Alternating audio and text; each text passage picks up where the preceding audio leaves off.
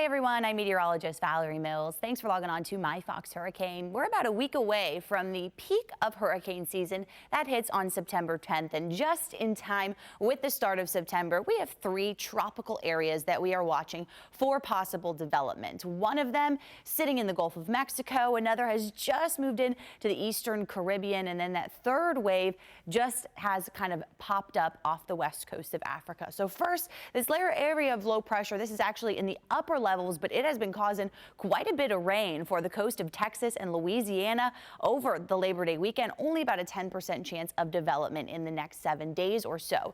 It's this system right now that just kind of crossed the Leeward Islands, bringing some rain to Puerto Rico, the Virgin Islands, and continuing to hit the Leeward Islands with some of that rain. This one has a 40% chance to develop into something tropical over the next 7 days. This one is moving through conditions that are going to be the most favorable for strengthening, but really it's not until about 7 or 8 days out where we start to tap into those very warm waters, and that's as that wave gets a little bit closer to the Yucatan Peninsula, where it is going to be a bit more favored to possibly form into a tropical depression. Then we look far east in the Atlantic, where this little wave kind of disorganized thunderstorm activity just to the south of all of that Saharan air. That system has a 40% chance over the next 7 days. But as I showed you, that first wave, look at all of the incredible rain it's been dropping for parts of Texas, Louisiana over the last couple of days. It's just been spinning there and tapping into some of that tropical moisture, just wrapping it into these areas where some spots have gotten 5 and even a little over 5 inches of rain over 2 days. More of that rain on the way in the next 2 or 3 days as that system just continues to kind of spin there and allow for more active areas of rain and storms. We even have a flash flood watch in effect for parts of these areas on Monday, as a couple of inches of rain could fall again. Labor Day into Tuesday, it looks like some slightly better conditions, but not a whole lot of motion on that upper area of low pressure that is causing all of that rain for parts of the deep south.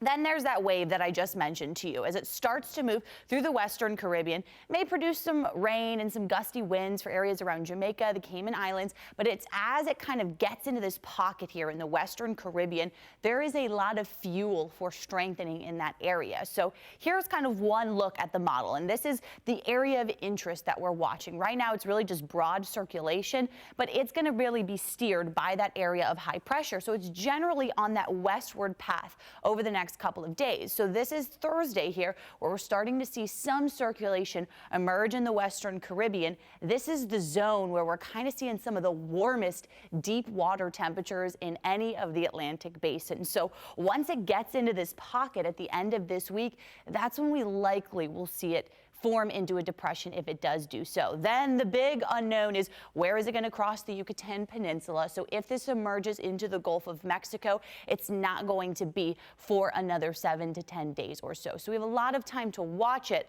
but that is a possibility at this point, just kind of depending on the long-term track and where some circulation is able to develop in the Caribbean. And then we'll take you to the last wave there, where all of this dry dust that's been keeping things quiet is breaking down a little bit. And you can see things active on the southern edge of that. This area generally moving kind of west-northwest over the next couple of days. So as it kind of moves out of this area, has some warm waters to contend with and not so much of that drier air. So conditions a little bit more favorable for that in the next week or so. If any of these are able to form, next name on the list is Francine. We're going to continue to bring you updates right here on My Fox Hurricane.